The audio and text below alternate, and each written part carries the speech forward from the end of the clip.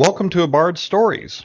I hope you're all doing well. Tonight's movie from 1956 is Forbidden Planet, starring Walter Pidgeon, the beautiful Anne Francis, and Leslie Nielsen. It is set in the 23rd century, and the space cruiser C-57D, under the command of Captain Adams, played by Leslie Nielsen, has been dispatched to check and relieve the Bellerothon Scientific Exploration Party. Now you must remember this is 1950s, and in the 50s we had two types of spaceships made famous in modern culture. The elongated conical shape with fins, made famous in Buck Rogers, and the flying saucer. They chose for this show the saucer, which we see here. It's powered by a hyperdrive, which they tell us is faster than light speed, so interstellar travel is possible. Upon entering the planet's orbits, they are scanned by a radar, emulating from a 20 square mile area. Then contacted by Dr. Edward Morbius, played by Walter Pidgeon, stating he needs no help when they advise him that they are there to help and relieve them. They inform him that they have orders and they must land. He advises them to leave and not land, or he would not be responsible for the consequences. They land despite the warning, and as soon as they land, a dust cloud is seen approaching at them at very high speed. As it arrives, we get our first glimpse and our first introduction at Robbie the robot, who is there to take them to see Dr. Morbius. Robbie, for many younger viewers, is the first true robot many of us got to see. The predecessor, if you will, to C-3PO, R2-D2, Twiki from Buck Rogers TV fame, and so many others.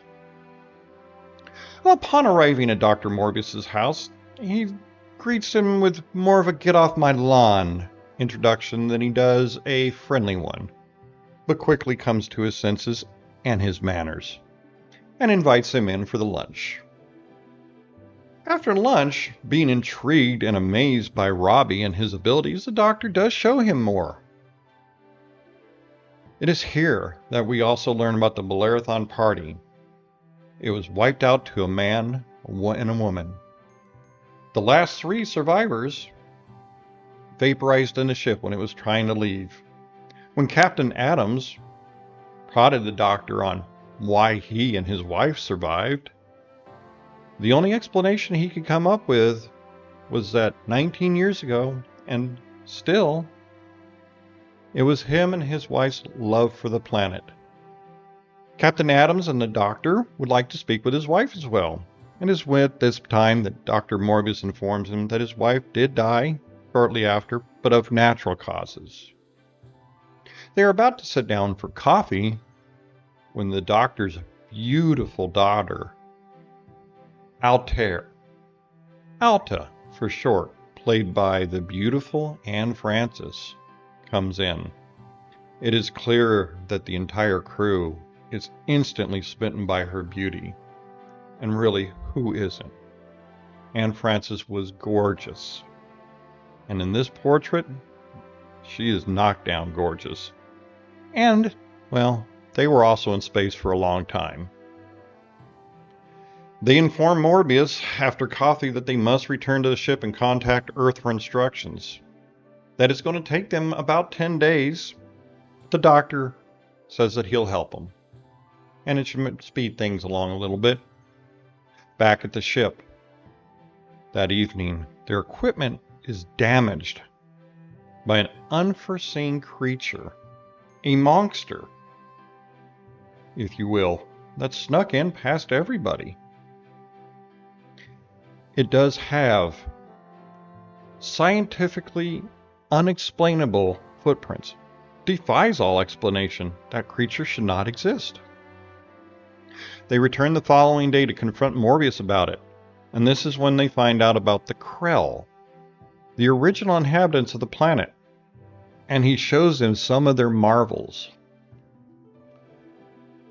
While they are with Morbius, the ship is attacked again, and the chief is killed by some invisible creature. It is said that he is torn apart, thrown all over the inside of the ship. The doctor says it started again, as that is what happened to the Bellerothon party. They return to the ship. Later that night, the creature again attacks, this time illuminated in the laser field by blaster fire. Now, I must say, this was not done with what we call CGI today, but the effects that they had back then. And after just recently seeing The Flash and all the technology we can bring to bear today, this is much better CGI, if you will, for lack of better terms, for 1956 and 2023. Anyway, I digress and back onto the show. The captain decides that they must get a brain boost from the krill machines that they were introduced to. So under the disguise of evacuating Morbius and his daughter, they go to their house in the night to get them.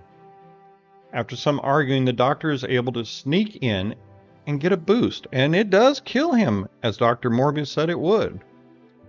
However, he reveals that the cause of all the deaths is not some mere creature, but it is the doctor's own subconscious, what the krill called the id, doing all the killing. When Captain Adams confronts Morbius with the truth, he refuses to believe him. Altair, she does know, however, and she does tell Morbius she is leaving with Adams. Robbie detects the creature approaching Morbius in the house, and Morbius commands Robbie to kill it. But the robot does know it's Morbius, and his programming shuts him down, not allowing him to harm the doctor, for that is who he'd had to kill. Adams, Altair, and Dr. Morbius run into the Krell lab. Captain Adams juggles the lock. The doctor says, "Why would you do that?" The captain does tell him, because what you know the creature knows. The doctor, watching the doors melt away, Krell metal that should never be allowed to melt, finally accepts the truth and confronts his own creature being mortally wounded in the process. Laying on the floor, the sound of the creature still silently in the background, just a muffle. Morbius tells Captain Adams to flip a lever, and then advises him that it is a planetary destruction system, and they must flee. Adams, Altair, Robbie, and the surviving crew do in fact flee, and then they watch the destruction of Altair 4. Adams reassures Altair that in about 1,000,000 years the human race will become like the Krell, and these events will remind them they are not gods after all. Very fitting end. I just watched this again for this review. I've seen it many times over the years, and it's still enjoyable. Even though I know the story by heart and can almost recite the script. For its time, it was top tier science fiction.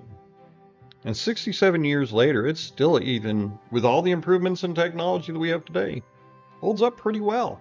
Even better in some places. There are certainly some minor detractions in this story, and I can only give it an 84 out of 100. Still, it's a story as a grandfather. I would put my grandchild up on my lap in a recliner, lean back, and watch the story together. And enjoy it again.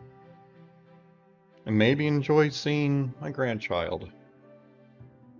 Or you may enjoy seeing your child or grandchild enjoy it with you.